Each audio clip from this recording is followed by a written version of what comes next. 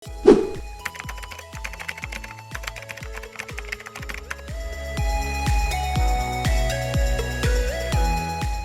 কি কখনো এমন কোনো জায়গার কথা শুনেছেন যেখানে এখনও ডাকযোগে চিঠি পৌঁছাতে 10 দিন পর্যন্ত লেগে যায়? এমনকি এখানে বিদেশি পর্যটকদের প্রবেশ সম্পূর্ণ নিষিদ্ধ। তবে সেখানে শুধুমাত্র ভারতীয় নাগরিকরা বিশেষ অনুমতি নিয়ে যেতে পারেন। বলছি আন্দামান ও নিকোবর দ্বীপপুঞ্জের কথা। বিশ্বপ্রান্তরের আজকের এই পর্বে আমরা জানব আন্দামান ও নিকোবর দ্বীপপুঞ্জের নানা জানা অজানা তথ্য।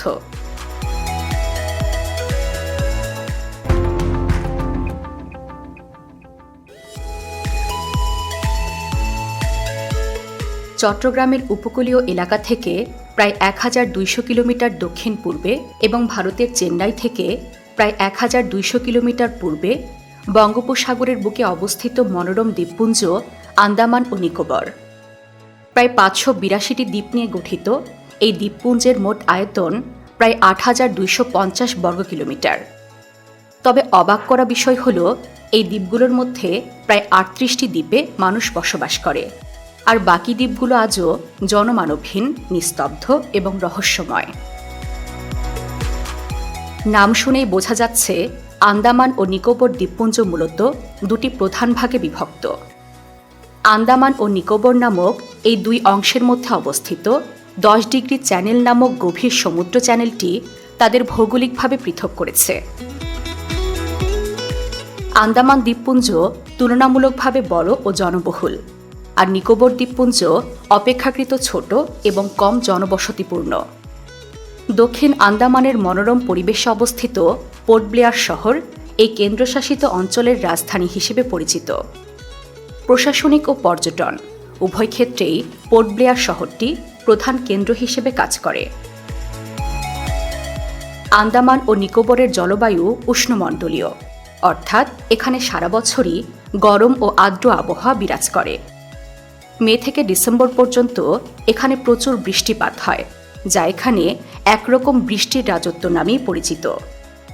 দ্বীপগুলোর প্রাকৃতিক সৌন্দর্যের আসল রূপ ফুটে ওঠে বর্ষার পর, যখন সবুজ বনভূমি, নীল সমুদ্র আর রঙিন প্রবাল এক অপূর্ব সঙ্গম তৈরি করে। এখানকার বনভূমি ভারতের সবচেয়ে সমৃদ্ধ জীববৈচিত্র্যের একটি কেন্দ্র। দ্বীপপুঞ্জের প্রায় 86% এলাকা বনভূমিতে আচ্ছাদিত। এর ভেতরে অর্ধেকই সংরক্ষিত বন। এই বনভূমিতে প্রায় 3000টিরও বেশি উদ্ভিদ প্রজাতি এবং 200রও বেশি প্রজাতির পাখি পাওয়া যায়, যার অনেকগুলোই স্থানীয় বা এন্ডেমিক, অর্থাৎ কেবল এখানেই দেখা যায়। আন্দামান ও নিকোবর দ্বীপপুঞ্জ প্রকৃতিপ্রেমী ও ভ্রমণ পিপাসুদের জন্য এক অনন্য স্বপ্নরাজ্য। এই দ্বীপপুঞ্জের নীলচে সমুদ্র, সাদা বালির সৈকত, ঘন সবুজ অরণ্য, ঝিরিঝিরি জলপ্রপাত এবং রঙিন প্রবাল প্রাচীর একসঙ্গে মিলিয়ে মনোরম পরিবেশ সৃষ্টি করে। এখানে ঘুরতে এলে মনে হবে প্রকৃতির প্রতিটি রং এবং ছায়া এখানে জীবন্ত হয়ে উঠেছে। আন্দামানের সবচেয়ে জনপ্রিয় পর্যটন কেন্দ্র হ্যাভলক দ্বীপ। এই দ্বীপের রাধানগর বিচ তার অসাধারণ সাদা বালি এবং নীল জলের জন্য বিশ্ববিখ্যাত। সৈকতটি এতটাই চিত্তাকর্ষক যে টাইম ম্যাগাজিন একে এশিয়ার সবথেকে ভালো সমুদ্র সৈকত হিসেবে ঘোষণা করেছে। এই সৈকতের নীল ও ফিরোজা জল, সূর্যের আলোয় ঝিকমিক করা পানি এবং সবুজ ঘাসে মোড়ানো তটরেখা এক অপূর্ব দৃশ্যপট তৈরি করে। ভ্রমণকারীরা এখানে স্কুবা ডাইভিং, স্নোরকেলিং এবং কায়াকিংও করতে পারেন। এখানকার আরেকটি বিশেষ আকর্ষণ হল ডলফিনের খেলা দেখা। সৈকতের প্রাকৃতিক সৌন্দর্য এবং শান্ত পরিবেশের কারণে এটি নিখুঁত রোমান্টিক গন্তব্য হিসেবেও বিবেচিত হয়। আন্দামান ও নিকোবর দ্বীপপুঞ্জের আরেকটি শান্ত, মনোরম ও প্রাকৃতিক সৌন্দর্যে পরিপূর্ণ দ্বীপ হল শহীদ দ্বীপ। এটি আগে নীল দ্বীপ নামে পরিচিত ছিল। ছোট অথচ অপরূপ এই দ্বীপে রয়েছে একাধিক মনোমুগ্ধকর সৈকত, যার মধ্যে সবচেয়ে জনপ্রিয় হল লক্ষণপুর বিচ, ভারতপুর বিচ এবং সীতাপুর বিচ। সাদা বালির তটরেখা, স্বচ্ছ নীল জল আর শান্ত পরিবেশ এই দ্বীপকে করে তুলেছে অনন্য। যেখানে প্রকৃতির মাঝে মিশে গিয়ে পাওয়া যায় প্রশান্তির ছোঁয়া। শহীদ দ্বীপের পশ্চিম উপকূলে অবস্থিত লক্ষণপুর সৈকতটি সূর্যাস্ত দেখার জন্য অন্যতম জনপ্রিয় স্থান। এখানে সমুদ্রের ঢেউ বেশ শান্ত। গোধূলি লগ্নে এখানে সাদা বালির উপর সূর্যের শেষ রশ্মি পড়ে এক অপূর্ব সোনালী আভা তৈরি করে। এছাড়াও সৈকতের পাশে ছোট ছোট প্রবাল পাথর ছড়িয়ে আছে, যা নিম্ন জোয়ারের সময় সমুদ্র তটে এক ভিন্ন দৃশ্য সৃষ্টি করে। পর্যটকরা বিকেলের দিকে এখানে বসে সূর্যাস্ত দেখতে ভালোবাসেন। এখানকার পানিও স্বচ্ছ, তাই জোয়ারের সময় স্নোরকেলিং বা অল্প গভীর জলে হাঁটাহাঁটি করাও বেশ নিরাপদ ও মনোমুগ্ধকর। আর শহীদ দ্বীপের দক্ষিণ পূর্ব প্রান্তে অবস্থিত সীতাপুর সৈকতটি মূলত সূর্যোদয় দেখার জন্য বিখ্যাত। ভোরের প্রথম আলো যখন দিগন্তে পড়ে তখন সমুদ্রের জল সোনালী হয়ে ওঠে। চারপাশে খাড়া পাহাড়, নারিকেল গাছের সারি আর বিশাল নীল আকাশ, পুরো দৃশ্যটি মনোমুগ্ধকর। সীতাপুর সৈকতের ঢেউ একটু বেশি এবং জল তুলনামূলক বাকি দুটোর চেয়ে গভীর, তাই এখানে সাঁতার কাটা সাধারণত পরামর্শযোগ্য নয়। তবে সৈকতের নির্জনতা, বাতাসের শব্দ আর সমুদ্রের গর্জন মনকে ছুঁয়ে যায়। আন্দামানে একটি জনপ্রিয় পর্যটন স্থান হল রস দ্বীপ। এটি একসময় ব্রিটিশ প্রশাসনের সদর দপ্তর ছিল। আজও এখানে ঔপনিবেশিক যুগের ধ্বংসাবশেষ দেখা যায়। এই দ্বীপে কিছু পুরনো ভবন রয়েছে, যার দেয়াল ভেদ করে গাছের শেকড় বেরিয়েছে। এই দ্বীপটি ইতিহাসপ্রেমী পর্যটকদের জন্য আকর্ষণীয়। এখানে হাঁটতে হাঁটতে ব্রিটিশ শাসনের স্মৃতি এবং পূর্বের স্থাপত্যশৈলীর নিদর্শন চোখে পড়ে। এরপর আসা যাক আন্দামান ও নিকোবরের বন জঙ্গলে। এখানে অবস্থিত বারাতাং দ্বীপ পর্যটকদের জন্য এক রহস্যময় অভিজ্ঞতা। এখানে রয়েছে লাইমস্টোন গুহা, কাদা আগ্নেয়গিরি এবং ম্যানগ্রোভ বন। নৌকায় করে এই বনভূমির মধ্য দিয়ে যাত্রা করা যেন রহস্যের ভেতরে প্রবেশ করার অনুভূতি দেয়। প্রকৃতিপ্রেমীরা এখানে পাখি পর্যবেক্ষণ, ফটোগ্রাফি এবং ছোট নৌকায় ভ্রমণ করতে পারেন। নিকোবর দ্বীপপুঞ্জ পর্যটকদের জন্য পুরোপুরি উন্মুক্ত নয়, তবে কিছু নির্দিষ্ট দ্বীপে সীমিত প্রবেশাধিকার রয়েছে। ক্যাম্পবেল বে এবং চিপারলাইট বিচ এখানে উল্লেখযোগ্য গন্তব্য। এই দ্বীপগুলোর প্রাকৃতিক সৌন্দর্য অনন্য। এর শান্ত ঢেউ, স্বচ্ছ নীল সমুদ্র জল এবং সোনালী বালির সৈকত একে স্বপ্নপুরীতে পরিণত করেছে। মাঝে মাঝে পর্যটকরা এখানে সীমিত পরিসরে ক্যাম্পিং, বোটিং ও ট্রেকিং উপভোগ করতে পারেন। নিকোবর অঞ্চলের অল্প পরিচিতি থাকার মূল কারণ এর সংরক্ষিত জীববৈচিত্র্য এবং কঠোর প্রবেশ নিয়ন্ত্রণ, যা প্রকৃতিকে অক্ষত রেখেছে এবং এই দ্বীপগুলোকে আরও রহস্যময় করে তুলেছে। আন্দামান ও নিকোবর দ্বীপপুঞ্জ কেবল প্রাকৃতিক সৌন্দর্যের জন্যই নয়, মানব সভ্যতার ইতিহাসে এক অমূল্য রত্ন।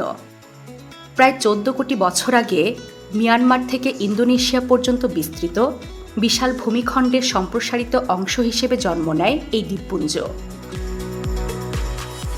আন্দামান ও নিকোবরের সবচেয়ে বিস্ময়কর দিক হল এখানকার আদিবাসী জাতিগোষ্ঠী, যাদের ইতিহাস হাজার বছরেরও পুরনো। ধারণা করা হয় তারা প্রায় 60,000 বছর আগে আফ্রিকা থেকে আগত মানব গোষ্ঠীর বংশধর। পরবর্তীতে এরা দক্ষিণ পূর্ব এশিয়ার বিভিন্ন দ্বীপে ছড়িয়ে পড়ে। আন্দামানের প্রথম আদিবাসী হিসেবে পরিচিত আন্দামানি উপজাতি। এদের মধ্যে সবচেয়ে পরিচিত হল ওঙ্গে গোষ্ঠী। তাদের জীবনযাপন অতীত যুগের জীবন্ত ছবি, কারণ আজও তারা আধুনিক জীবনের বাহিরে গিয়ে শিকার, মাছ ধরা, ফলমূল ও মধু সংগ্রহের মাধ্যমে জীবন ধারণ করে। অন্যদিকে নিকোবর দ্বীপের প্রধান আদিবাসী হল সোমপেন সম্প্রদায়। জেনে অবাক হবেন, এরা মঙ্গোলীয় বংশোদ্ভূত এবং আজও বাহিরের বিশ্বের সঙ্গে প্রায় কোনো যোগাযোগ রাখে না। গহীন জঙ্গলের ভেতর তাদের বসতি। প্রজন্মের পর প্রজন্ম ধরে তারা সভ্যতার কোলাহল থেকে দূরে এক রহস্যময় ও নিভৃত অস্তিত্ব হিসেবে প্রকৃতির সঙ্গেই বেঁচে আছে। কিন্তু এই নীল সমুদ্র ঘেরা শান্ত দ্বীপপুঞ্জ একসময় পরিণত হয়েছিল এক ভয়ঙ্কর শাস্তিস্থলে, যাকে আজও কালাপানি নামে ইতিহাস মনে রাখে। 1857 সালের সিপাহী বিদ্রোহের পর ব্রিটিশরা ভারতের বিদ্রোহীদের দমন করতে শুরু করে ভয়ঙ্কর শাস্তি প্রথা। তারা চেয়েছিল এমন এক জায়গায় বন্দীদের পাঠাতে যেখান থেকে পালানো অসম্ভব। আর ঠিক তখনই তাদের চোখে পড়ে সমুদ্র বেষ্টিত জনবসতিবিহীন বিচ্ছিন্ন এক ভূখণ্ড। সে সময় থেকেই এই দ্বীপকে বানানো হয় এক নির্বাসন কারাগার। হাজার হাজার স্বাধীনতা সংগ্রামী, বিদ্রোহী সৈনিক, এমনকি মুঘল রাজপরিবারের সদস্যদেরও পাঠানো হয়েছিল এই দ্বীপে। আর এখানে তাদের জন্য অপেক্ষা করত শুধু যন্ত্রণা আর মৃত্যুর ভয়। 1872 সালে British governor Lord Mayo Andaman পরিদর্শনে আসেন, কিন্তু সেখানেই ঘটে এক ঐতিহাসিক ঘটনা। আফগান বংশোদ্ভূত এক পলাতক সৈনিক শের আলী তীর মেরে হত্যা করেন লর্ড মায়োকে। এটি ছিল ব্রিটিশ শাসনের বিরুদ্ধে এক সাহসী প্রতিরোধের প্রতীক। পরবর্তীতে শের আলীকে ফাঁসি দেওয়া হয়। তবে এর চেয়েও ভয়ঙ্কর অধ্যায় শুরু হয় পরে, যখন ব্রিটিশরা এখানে সেলুলার জেল গড়ে তোলে। 1896 সালে এই জেলের নির্মাণ কাজ শুরু হয়ে 1906 সালে তা সম্পূর্ণ হয়। বার্মা থেকে আনা লালিটের তৈরি এই কারাগারে ছিল 7টি বিশাল শাখা। প্রতিটি শাখায় ছিল 633টি করে ছোট ছোট কক্ষ বা সেল। প্রতিটি কক্ষের আয়তন ছিল মাত্র 13.5 ফুট লম্বা ও 60 ফুট চওড়া। প্রতিটি সেল এমনভাবে তৈরি করা হয়েছিল যাতে এক বন্দী আরেক বন্দীকে দেখতে বা কথা বলতে না পারে। এমনভাবে কারাগার তৈরির কারণ হল ব্রিটিশরা চেয়েছিল বন্দীদের সম্পূর্ণ মানসিকভাবে ভেঙে ফেলতে। জেলের ভেতর প্রতিদিনই চলত জোরপূর্বক শ্রম আর নির্যাতন। তারা ঘণ্টার পর ঘণ্টা তেলের ঘানি টানত, শিকল বেঁধে কাজ করত, আর এর বদলে অনেক সময় তাদের কোনো খাবারও দেওয়া হতো না। আর যদি কেউ কাজ করতে অস্বীকার করত, তাকে পেটানো হতো, অনাহারে রাখা হতো, কখনো কখনো উল্টো করে ঝুলিয়েও রাখা হতো। জেনে অবাক হবেন, এই ভয়ঙ্কর জেলেই বন্দী ছিলেন ভারতের অসংখ্য মহান স্বাধীনতা সংগ্রামী। প্রায় 80,000 বন্দীকে পাঠানো হয়েছিল এই জেলে, যাদের মধ্যে সবচেয়ে বড় অংশ ছিল বাঙালি বিপ্লবী। এই জেল শুধু বন্দীদের জন্যই নয়, ভারতের স্বাধীনতা সংগ্রামের প্রতীকে পরিণত হয়েছিল। এখানে শিকলবন্দী প্রতিটি মানুষ বিশ্বাস করত তাদের এই আত্মত্যাগ একদিন স্বাধীনতার সূর্যোদয় আনবেই। বর্তমানে এই দ্বীপপুঞ্জে প্রায় 4 লাখেরও বেশি মানুষ বসবাস করে, যাদের অধিকাংশই ভারতের মূল ভূখণ্ড থেকে আগত বাঙালি, তামিল, তেলেগু, পাঞ্জাবি, মালায়ালি ও উত্তর ভারতের জনগোষ্ঠী। তারা মূলত স্বাধীনতা পরবর্তী সময়ে এখানে সরকারিভাবে পুনর্বাসিত হয়েছিলেন। তবে এখানকার মূল ও প্রাচীন আদিবাসী হল আদিম উপজাতি সম্প্রদায়। অন্যদিকে পোর্ট ব্লেয়ার সহ শহরাঞ্চলগুলোয় আধুনিক নাগরিক সমাজ গড়ে উঠেছে। এখানে শিক্ষা, স্বাস্থ্য ও কর্মসংস্থানের সুযোগ অনেক বেড়েছে। শিক্ষার হার প্রায় 90%, যা ভারতের অন্যান্য রাজ্যের চেয়েও বেশি। মহিলাদের শিক্ষায় অংশগ্রহণ এবং সরকারি চাকরিতে নিয়োগও উল্লেখযোগ্য হারে বৃদ্ধি পেয়েছে। স্বাস্থ্য ব্যবস্থা এখন আন্দামান ও নিকোবর দ্বীপপুঞ্জের অন্যতম শক্তিশালী দিক। রাজধানী পোর্ট ব্লেয়ারে রয়েছে সরকারি হাসপাতাল। এছাড়াও প্রতিটি বড় দ্বীপে community health centre, primary health centre এবং সাব সেন্টার রয়েছে, যেখানে স্থানীয়দের প্রাথমিক চিকিৎসা দেওয়া হয়। দ্বীপের ধর্মীয় ও সাংস্কৃতিক বৈচিত্র্য ভারতের এক ক্ষুদ্র প্রতিচ্ছবি। এখানে হিন্দু, মুসলিম, খ্রিস্টান ও শিখ সব ধর্মের মানুষ শান্তিপূর্ণভাবে সহাবস্থান করছে। দুর্গাপূজা, দীপাবলি, ঈদ, বড়দিন বা পোঙ্গাল সব উৎসবই এখানে মিলেমিশে উদযাপন করা হয়। ফলে দ্বীপের সমাজ ব্যবস্থা এক সহনশীল ও আত্মসম্পর্কযুক্ত সমাজে পরিণত হয়েছে। আজ এই দ্বীপপুঞ্জ শান্ত, সুন্দর ও পর্যটকদের স্বর্গরাজ্য। এখানকার সমুদ্রের নীল জলরাশি এতটাই নির্মল যে আকাশ ও সমুদ্রের সীমা মেলানো দায়। পাখির চোখে তাকালে মনে হয় নীল সমুদ্রের বুকে যেন পান্নার মালা ছড়িয়ে আছে। বাঙালির সঙ্গে এই দ্বীপের সংযোগ আজও অটুট। এর একদিকে রয়েছে আদিম উপজাতিদের প্রাচীন জীবনরীতি, অন্যদিকে আধুনিক নাগরিক সমাজের বিকাশ। এই দুয়ের ভারসাম্যই এই দ্বীপপুঞ্জকে করেছে অনন্য, যেখানে মানুষ, প্রকৃতি ও ইতিহাস মিলেমিশে এক জীবন্ত সভ্যতার গল্প বলে যাচ্ছে।